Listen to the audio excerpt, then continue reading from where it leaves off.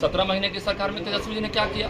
चारों तरफ अपराधियों का मन बढ़ाया। आजादी के बाद से आज तक की बात करें तो वैश्य समाज को जब भी कुछ देने का काम किया तो केवल भारतीय जनता पार्टी ने देने का काम किया। जब भी कांग्रेस को मिला मौका तो उन्होंने हमको पीछे धकेलने का काम किया। इस तरह की बातें र्यूमर करते हैं। और हम आज़ादी के बाद से आज तक की बात करें तो वैश्य समाज को जब भी कुछ देने का काम किया तो केवल भारतीय जनता पार्टी ने देने का काम किया। और जब भी कांग्रेस को मिला मौका तो उन्होंने हमको पीछे धकेलने का काम किया। और कांग्रेस गठबंधन में जो भी लोग थे, चाहे राजद के लोग थे या और कोई भी लोग रहे देश में, तो उन्होंने हमें कुछ देने का काम नहीं किया और पीछे धकेलने का काम किया। कई ऐसे मौके आए, आप काका काकेलकर की रिपोर्ट की बात करें, 1953 में आया, 1955 में उसको मतलब कि इम्प्लीमेंट करने की जब बात हुई तो नेहरू जी के इशारे पर उसमें 11 सदस्यीय कमेटी में 5 सदस्यीय से लिखवा दिया गया कि भाई इससे देश में सामाजिक सौहार्द बिगड़ेगा। जब मंडल कमीशन की बात आई तो मंडल कमीशन में भी आप याद कीजिए कि वहाँ कांग्रेस गठबंधन में जो भी लोग थे देश में, उन्होंने उसको लागू नहीं होने दिया। और जब भारतीय जनता पार्टी ने उसको लागू किया तो देश में कांग्रेस गठबंधन के जो भी लोग थे, चाहे राजद जो कंपनी यहाँ चला रही है बिहार में, ऐसे जो भी लोग थे, सब लोगों ने उसका विरोध किया भीतर। और जब लागू हो गया तब उसके हितैषी बनने लगे। ये दुर्भाग्य है बिहार का और देश का। और उसके बाद भी जब ओबीसी आयोग का गठन हुआ तो उसमें भी, उसके गठन होने में भी यहाँ पे कांग्रेस के लोग और राजद के लोग जो भी लोग थे उसमें काफ़ी अरंगा लगाए, जबकि उनको नहीं अरंगा लगाना चाहिए था। और बाद में अंततः आदरणीय नरेंद्र मोदी जी ने 2018 में उसका गठन किया, उसको संवैधानिक दर्जा दिया। तो हम लोग उसकी याद इसलिए दिलाते हैं कि भाई आज तक जो भी वैश्य समाज को मिला है तो किसके सहयोग से मिला है? भारतीय जनता पार्टी के सहयोग से मिला है। हम किसी प्रत्याशी की बात नहीं करते, हम केवल पार्टी की बात कर रहे हैं। तो इसलिए हम लोग इस बात को बार बार याद दिलाने का काम करते हैं। और विपक्ष के लोगों को काम है, जब भी चुनाव आए तो एक मरमरिंग पैदा करना उनका तो काम ही है।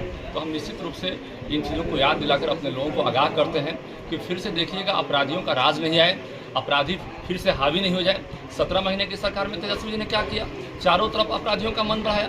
दरभंगा में हमारी बहन धर्मशिला जी राज्यसभा के मेंबर हैं, इनके यहाँ थाना को जलाने का प्रयास किया गया। हमारे यहाँ पटना में जो है थाना के गेट पे अपराधियों ने धुआंधार फायरिंग कर हत्या कर दी किसी का। तो इस तरह का मनोवृत्ति जो है, पटना में एक गाड़ी, 4 चक्का गाड़ी को घेर कर लोगों ने हत्या किया गुरुपतपुर थाना के आसपास में। तो इस तरह का जघन्य अपराध जो है, जब राजद के लोग सत्ता में आते हैं तब तक इस तरह का अपराध बढ़ता है। जघन्य अपराध तो हर जमाने में होती रही है, लेकिन जघन्य और नृशंस हत्या की जब बात होती है तब वहाँ पर बात आती है जंगल राज की। और कोई भी बिहार का व्यवसायी नहीं चाहता कि फिर से हम जंगल राज देखें।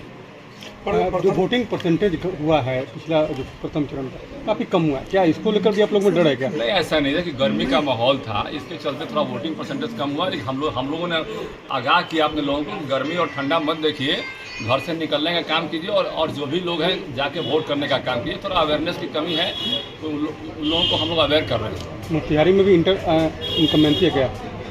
देखिए, जब भी कोई लंबे समय तक चुनाव लड़ता है तो वहाँ एंटी इनकम्बेंसी होती है, लेकिन यहाँ पर तो हमको ऐसा कुछ दिखाई नहीं पड़ रहा है। यहाँ पर तो सब लोग समर्थन में खड़े दिखाई पड़ रहे हैं।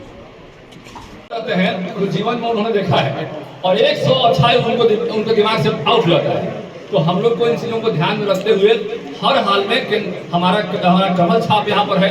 नरेंद्र मोदी जी की ताकत को मजबूत करने का काम करना है। किसी भी कीमत पर हमको ये नहीं भूलना है कि देश में हमारी ताकत को बढ़ाने का काम कौन किया है। हर हाल में अपना एक वोट जाया नहीं होने दे, इस बात को ध्यान रखने का काम करना है। और अपने आसपास के 100 मीटर की दूरी पर यदि हमारा कोई वोटर छूट रहा है तो उसको उठा के हम लोग उनसे आग्रह करें कि चलिए वोट करने के लिए।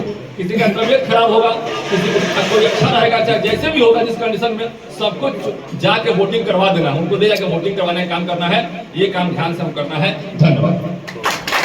पनोरमा ग्रुप, जो सोचता है वो करता है। आपके अपने सपनों का आशियाना।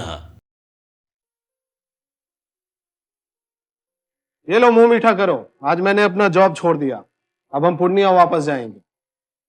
जॉब छोड़ दिया है? मतलब ये घर कैसे चलेगा? हम करेंगे क्या? और माँ बाबूजी क्या बोलेंगे? इसलिए मैं एक और मिठाई का डब्बा लाया। अपने बिजनेस के लिए लोन अप्रूव हो गया।